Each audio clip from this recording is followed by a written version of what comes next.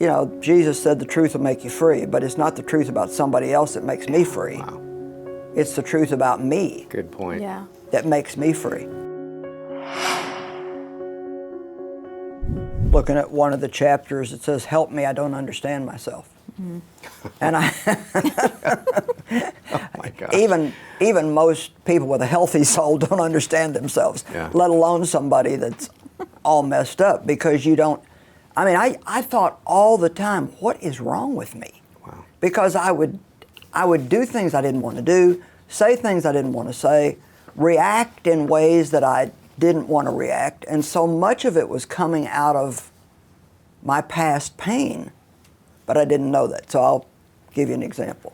I really understand why Jesus used parables. I can't hardly preach without giving examples and telling stories. I think the word is it's so practical.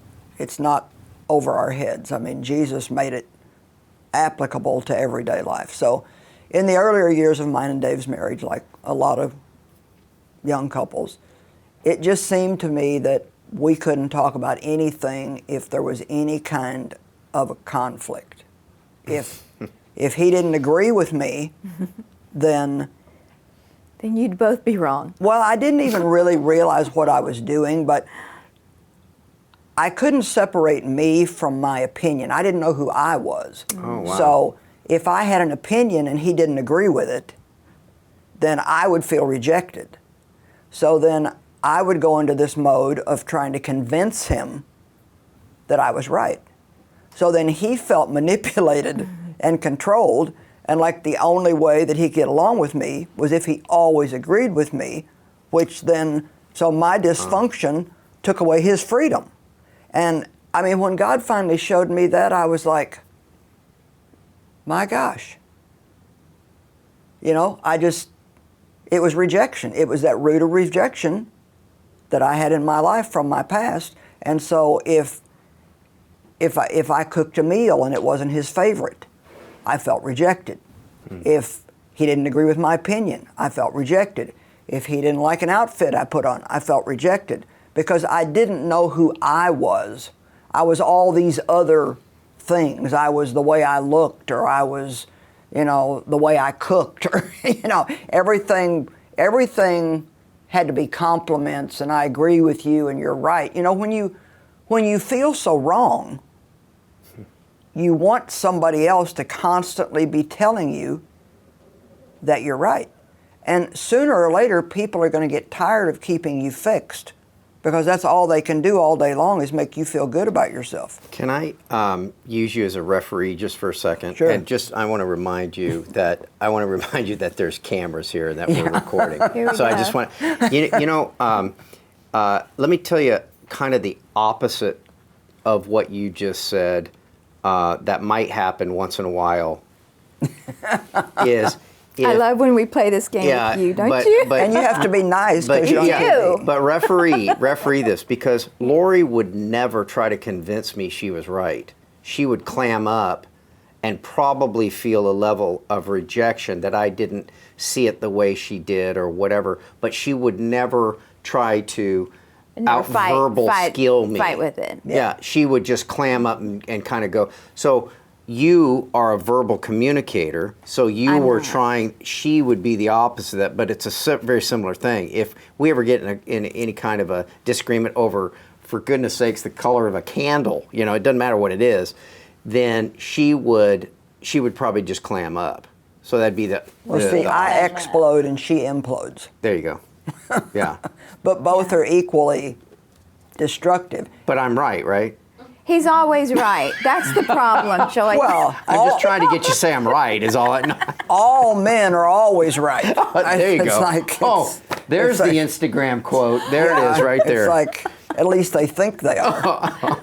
They've got a little revelation come out when they get to heaven. Go ahead and bring that. Yeah.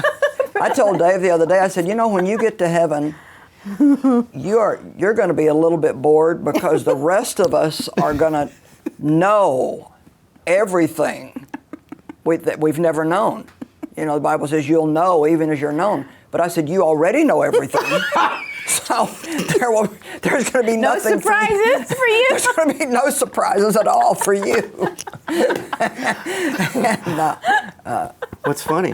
You and Dave are just such good I friends. All right. You know, the way that we respond to things are partially dependent, large part dependent on our temperament. Like, Okay. I know a woman in ministry who was also abused sexually by a family member, like I was, and I came out of it like, you know, a bull in a china cabinet, Yep. and she shrunk back within herself and wouldn't ever confront anything.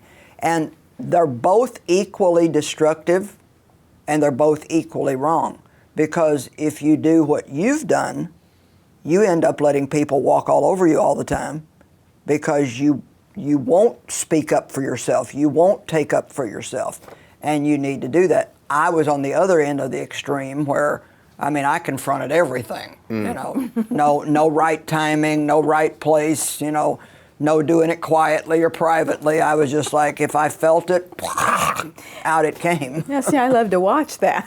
Yeah. And so I think that, you know, we have to learn to understand where some of this behavior is coming from. Yeah. And something that is amazing to me, it's amazing what God will tell you if you just ask Him. Wow. Why did I do that? One night I was tossing and turning, I couldn't sleep, and I usually sleep pretty good. And I don't know why it took me till 5 a.m., but finally at 5 a.m. I said, God, what is wrong? And immediately He showed me that I had really hurt somebody's feelings the day before and never bothered to tell them I was sorry, never repented for it, and as soon as I did, I went to sleep. But I didn't get an answer until I asked. You have not because you ask not. Wow. So instead of asking God what's wrong with everybody else, we need to start asking Him. We need to start owning our reactions to things. Yeah. Not just blaming, but owning our reaction Right. to things. It's when you stop making excuses Yeah. for all your wrong behavior, Yeah.